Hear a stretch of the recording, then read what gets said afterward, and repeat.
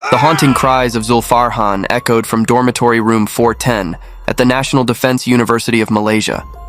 Several men surrounded him, ruthlessly pressing a scorching hot iron onto his body. The torture lasted for 10 days, leaving more than 90 burns across his body. In the end, Zulfarhan died in agony.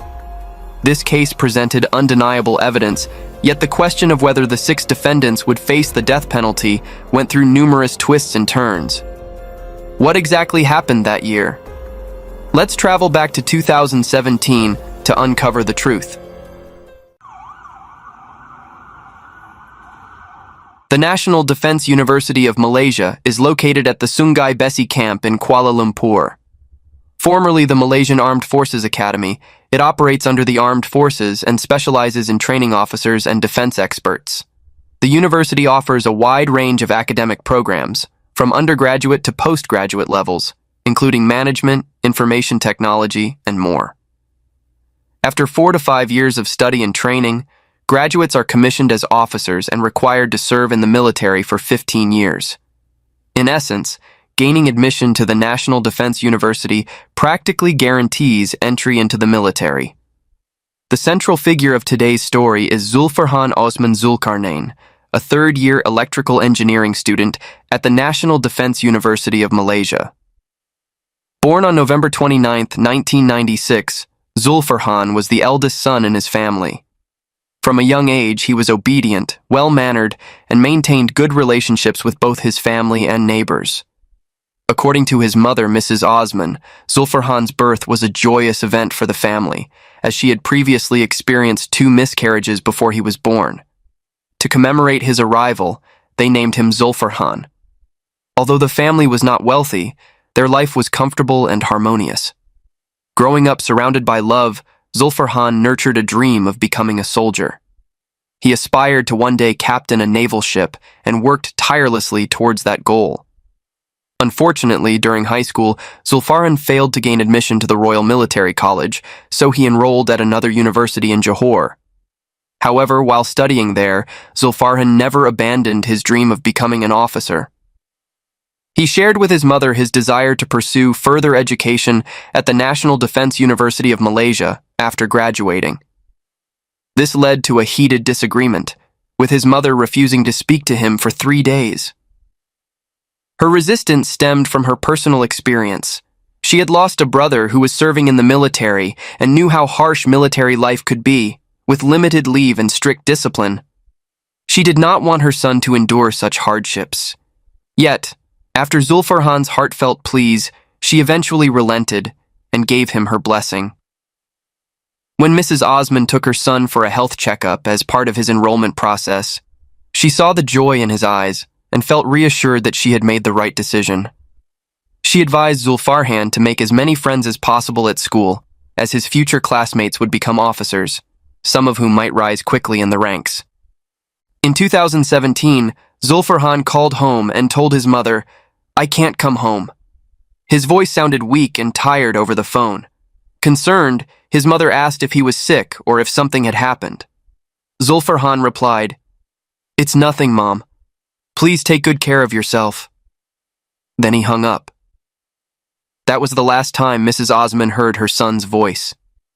A few days later, Zulfarhan's father, Mr. Idris, received a phone call. The person on the other end identified himself as an officer from the National Defense University and informed him that his son had passed away. Mr. Idris was silent for a long time before asking, "What happened to my son?" The officer responded, "He was burned to death," and provided Zulfarhan's military ID and identification number. Shocked and devastated, the family rushed to Serdang Hospital, 186 miles away. They arrived at the hospital at 3 a.m., only to be stopped by several officers from the National Defense University who prevented them from seeing Zulfarhan's body. After 6 agonizing hours of waiting, they were finally allowed to see their son. Zulfarhan's face bore several injuries, and his body was covered in white cloth. Despite their desperate calls, Zulfarhan did not respond. Mrs. Osman trembled as she said, "We want to see our son's entire body." The officers complied, and pulled back the white cloth covering Zulfarhan.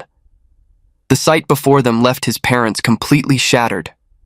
Zulfarhan's body was 80% covered in burns, with 90 individual burn wounds, 59 second-degree burns, and 29 third-degree burns. The burns were visible all over his body, including his private areas. Fluids seeped from his wounds, his scalp was swollen, his left cheek bore scratches, and his left ribs were fractured. The cause of death was determined to be multiple trauma resulting from severe burns. Forensic investigations later suggested that the perpetrators had pressed a hot iron repeatedly on the same areas of his body, potentially resulting in more than 90 burn wounds. The weapon used was a steam iron, which, when activated, continuously emitted steam at temperatures reaching hundreds of degrees Celsius. This same iron was used to torture Zulfarhan more than 90 times. What was particularly horrifying was that the perpetrators were Zulfarhan's own classmates, fellow students at the National Defense University. Public outrage intensified upon learning the motive for this brutal murder, a prediction made by a so-called witch doctor. The shocking crime, once reported in the media, left the entire nation of Malaysia in disbelief. Police quickly launched an investigation, summoning 36 students from the National Defense University and the National Energy University for questioning. Gradually, through the testimonies of some students, the harrowing details of Zulfarhan's murder came to light. In May 2017, Akmal, a 21-year-old student at the National Defense University, discovered that his newly purchased laptop had been stolen. He searched everywhere but couldn't find it. At this point, his friend Asiraf came up with what he considered a brilliant idea. He said, "My father is a witch doctor.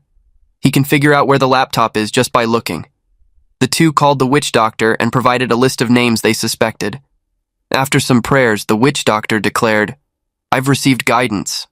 The name Zulfarhan has appeared in my mind. He's the one who stole the laptop." You might wonder, could they really believe such a claim? The truth is they did. Hearing this, Akmal flew into a rage and immediately rounded up a group to confront Zulfarhan, demanding, "Did you steal the laptop?" Zulfarhan, confused, responded, "What laptop? I don't know anything about it." Before he could explain further, punches began to rain down on him. He was attacked and brutally beaten without reason. During his time at the National Defense University, Zulfarhan had confided to his mother on a few occasions that he was being bullied by his peers. However, Mrs. Osman hadn't taken these complaints seriously at the time, dismissing them as typical roughhousing among young men. In hindsight, it appears that the violence Zulfarhan endured may have started long before the fatal events. After the beating, Zulfarhan didn't tell anyone. He didn't want to involve others or worry his family. A week passed, and he thought the ordeal was behind him. Then a fellow student approached him, saying, "Someone's looking for you. Akmal wants to settle the matter of the missing laptop. Meet him at dorm 410. Zulfarhan knew that avoiding the situation wouldn't help. They would find him sooner or later. Summoning his courage, he headed to dormitory room 410. At 3 a.m. on May 21st, 2017, Zulfarhan pushed open the door to room 410. Inside was a hostile group of over 10 men. Akmal and his group's verbal abuse quickly escalated into physical violence. Although Zulfarhan had once been a taekwondo athlete, he stood no chance against the overwhelming numbers. They used belts, hangers, rubber hoses, and anything else they could find in the room as weapons to attack him. After the brutal beating, they stripped him of his clothes to humiliate him. At the National Defense University, using violence to extract confessions from suspected thieves seemed to have become a tradition. But their cruelty didn't stop there. One of the attackers, Asiraf, found a steam iron and instructed Akmal and the others to use it on Zulfarhan. They pressed the scalding iron against his skin, mimicking torture scenes from period dramas. The excruciating pain left Zulfarhan nearly unconscious. The torture lasted from 3 a.m. until 11 a.m.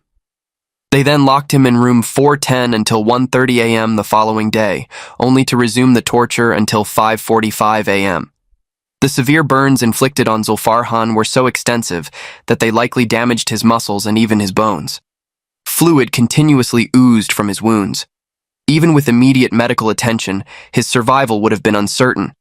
Tragically, they continued to detain him in the room, further diminishing his chances of survival. During this time, many students passing by witnessed the horrific scene but dared not intervene. One of Zulfarhan's friends, shocked by his dire condition, secretly wrote an anonymous letter to a captain at the university. The letter mentioned that someone in room 410 urgently needed medical attention. One might have expected the university to take action, but shockingly, the letter ended up being shared in a school group chat. This only worsened Zulfarhan's situation as the bullying group became more aggressive, moving him to the National Energy University and intensifying their abuse. Under brutal torture, Zulfarhan was forced to admit to stealing the laptop. While in captivity, he called his girlfriend Jamian and said, "I'm not feeling well. I want to tell you something, but you must not tell anyone else. They're accusing me of stealing their laptop and beating me up, but I didn't take it. They won't listen to me." Concerned, she asked, "Who's beating you? When did this happen? Where are you now?" Zulfarhan only replied, "A lot of people," and didn't provide any more details. Worried for her boyfriend, the young woman kept his plight to herself and quietly worked to figure out who had actually stolen the laptop. Before the start of Ramadan in 2017, Zulfarhan met with his girlfriend for the last time. This is a significant holiday in Malaysia, and the National Defense University allowed students to return home for the break. At the time, Zulfarhan wore a white shirt, and his hand appeared swollen. Since his tormentors had intentionally avoided burning his face, his girlfriend didn't realize the severity of his condition. Zulfarhan told her he was only lightly injured, needed rest, and wouldn't be going home for the break, opting instead to spend time with friends. Before they parted, he urged her, "Take good care of yourself." By May 27th, Zulfarhan's condition had worsened drastically. His body grew weaker, and his wounds showed no signs of healing. Panicking, Akmal and his accomplices rushed him to a nearby clinic. The doctor, horrified by the state of his injuries, immediately insisted they take him to Serdang Hospital, warning that his wounds were life-threatening. However, Akmal and his group continued to lie, claiming that Zulfarhan had been injured in an explosion during training. They said they didn't want anyone to know about it to avoid embarrassing Zulfarhan. They asked the doctor to only provide basic first aid. After dressing his wounds, the doctor asked if they needed an ambulance, but the group replied, "We have a car." The doctor then inquired if Zulfarhan's family was aware of his condition. Under threats, Zulfarhan was forced to say, "Please don't call my family. My mother is in poor health, and I don't want her to worry." At that point, Zulfarhan was still conscious and able to undress himself for the doctor's examination. In the end, the doctor issued a referral for hospital treatment and allowed them to leave with Zulfarhan. Just 4 days later, on May 31st, they secretly brought Zulfarhan back to the clinic. By this time, his condition had deteriorated significantly. He was dehydrated, barely breathing, and unable to undress himself. During the examination, he vomited multiple times. The doctor asked, "Why didn't you take him to Serdang Hospital?" Weakly, Zulfarhan responded, "Please just help bandage my wounds. I can't even walk right now. Bandage me and I'll go to the hospital afterward." The doctor checked Zulfarhan's blood pressure, blood levels, and heart, but found nothing immediately critical. Once again, the doctor allowed them to take Zulfarhan away. The next evening, Sophie, one of the group tasked with taking care of Zulfarhan, was preparing to buy electrolyte water when Zulfarhan vomited again. As Sophie cleaned up the mess, he heard Zulfarhan whisper, "I miss my parents.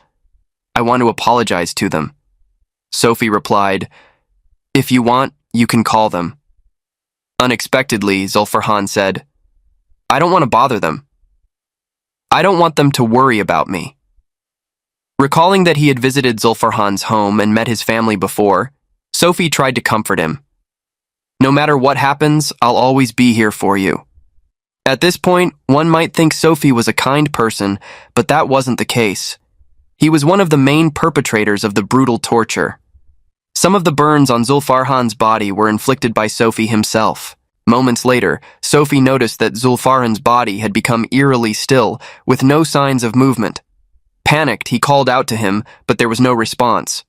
Sophie immediately called for an ambulance.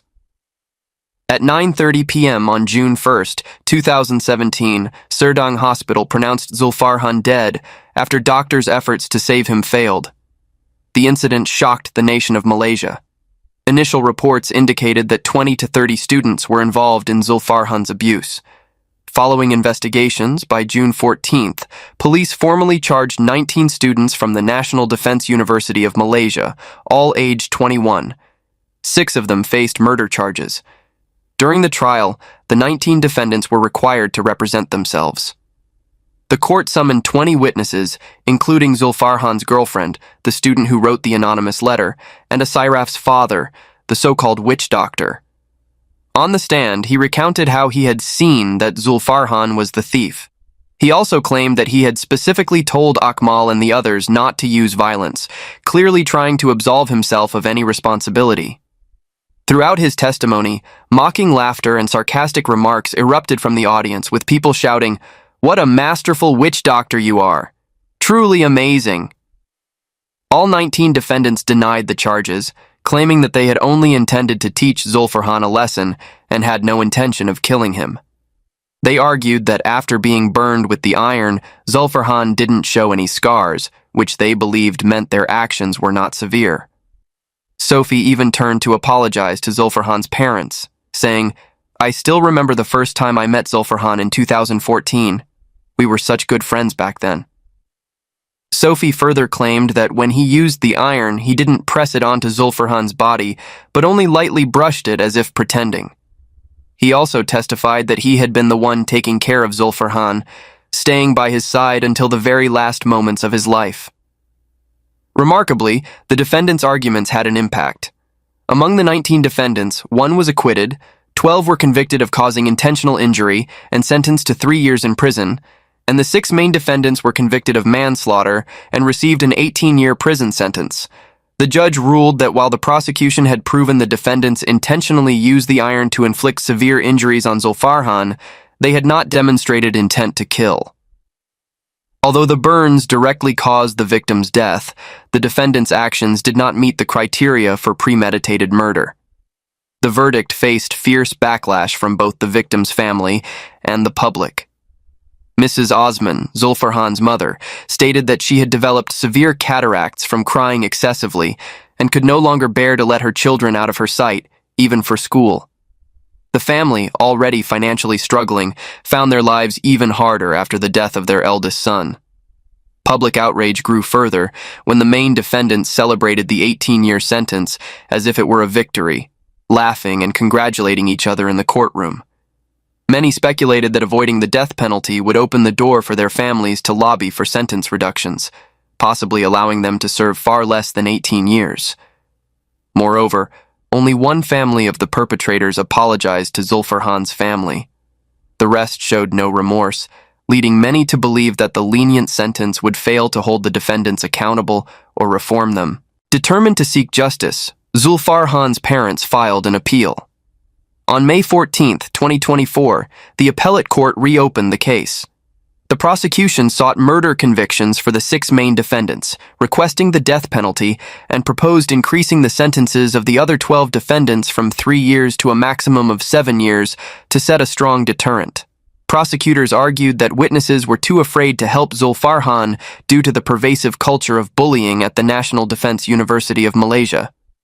Meanwhile, the defense argued that the 18-year sentence was already too harsh. They claimed that using the iron on Zulfarhan did not constitute an intentional act of murder, as the defendants did not intend to kill him and even brought him to a clinic for treatment. They requested a sentence reduction to 12 years. One lawyer even blamed the victim, arguing that Zulfarhan had several opportunities to seek treatment but did not insist on being taken to a larger hospital, nor did he call his family or the police. The lawyer contended that Zulfarhan's death could not be entirely blamed on the defendants. This argument faced strong opposition from both the prosecution and the judge. Prosecutors countered that the only reason the defendants brought Zulfarhan to a clinic was to avoid exposing their crimes and facing legal consequences. If they truly wanted to save him, why didn't they follow the doctor's advice and take him to Serdang Hospital? After 2 months of deliberation, on July 23, 2024, the appellate court overturned the 18-year sentences for the 6 main defendants and imposed the death penalty instead. Additionally, the sentences for the other 12 defendants were increased from 3 years to 4 years. Judge Hadaraya explained that the previous judge had focused on determining the fatal injuries on Zulfarhan's body to decide whether the defendants had intended to kill him. However, the crux of the case was whether the defendants had the intent to commit murder. For example, if someone punches and kicks another person and accidentally hits a vulnerable spot, causing death, that might be manslaughter. But if someone deliberately shoots another person, regardless of whether the shot hits a vital organ, it would be considered murder. The key factors in this case were the use of a deadly weapon and the intent to kill. In this case, the iron was a deadly weapon and was used as an instrument of torture. The defendants had acted in an organized manner, planning to detain and torture Zulfarhan over an extended period while deliberately avoiding taking him to a major hospital for treatment. This demonstrated a clear intent to kill, making their actions even more heinous than an ordinary murder. Notably, Asiraf, who proposed using the iron to torture Zulfarhan, was particularly cunning. He avoided directly assaulting Zulfarhan himself, instead inciting the other 5 to carry out the abuse. Perhaps he thought this would shield him from accountability, but the court did not let him escape justice. He was convicted of murder and sentenced to death alongside the other 5 defendants. Upon hearing the death sentence, Zulfarhan's parents fell to their knees, thanking the judge. However, in reality, the defendants still had the opportunity to appeal or seek clemency. The Malaysian Human Rights Commission issued a statement expressing deep condolences to Zulfarhan's family, but strongly opposing the death penalty. They argued that capital punishment does not guarantee absolute justice, denies offenders the opportunity for rehabilitation, and is inherently inhumane. Amnesty International, another human rights organization, also condemned the death sentence, stating, "No crime deserves the punishment of death. The death penalty only perpetuates pain and does not stop the cycle of violence." Others pointed to systemic issues within the university, blaming the administration's lack of oversight and failure to address rampant bullying. Due to the unique nature of the National Defense University of Malaysia, the institution was not held accountable, and it remains unclear whether the death sentence has led to any improvements in preventing bullying and violence at the school. Families of the 6 defendants approached Zulfarhan's parents to apologize and seek forgiveness.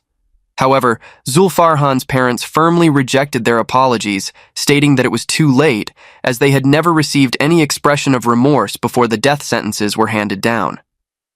Despite widespread opposition to the death penalty, it remains uncertain whether the sentences will be overturned. Only time will tell if the 6 defendants will ultimately face execution. The death sentences for the 6 perpetrators marked the conclusion of the Zulfarhan case, a tragedy that shook Malaysia. Many felt a sense of relief that justice had been served and that the guilty were held accountable. Yet, mixed opinions lingered. Some lamented, "What's the point of the death penalty?" Zulfarhan can't be brought back. They argued that instead of imposing death, the defendants should have been given a chance to rehabilitate and atone for their actions. Does the death penalty truly serve as a deterrent for such brutal crimes? The debate continues. Discussions reignited over the responsibility of the school. How could a strict military school allow something like this to happen? This is nothing but poor management. Others shook their heads and said, "It's easy to blame the school, but isn't it also the family's fault for how they raised those kids?" People sympathized with Zulfarhan's family, grieving the loss of their obedient and loving son. However, some made harsh remarks. If he was being bullied before, why didn't his family pay more attention? Why let it come to this? Such words cut deep into the already broken hearts of Zulfarhan's parents. This case remains a scar that has yet to heal in Malaysian society. It serves as a wake-up call for every family, the education system, and the moral values that seem to be eroding. Perhaps more effort is needed to create a safer and kinder environment where there is no room for violence or indifference. That brings us to the end of today's video. Thank you for watching, and see you in the next one. Goodbye.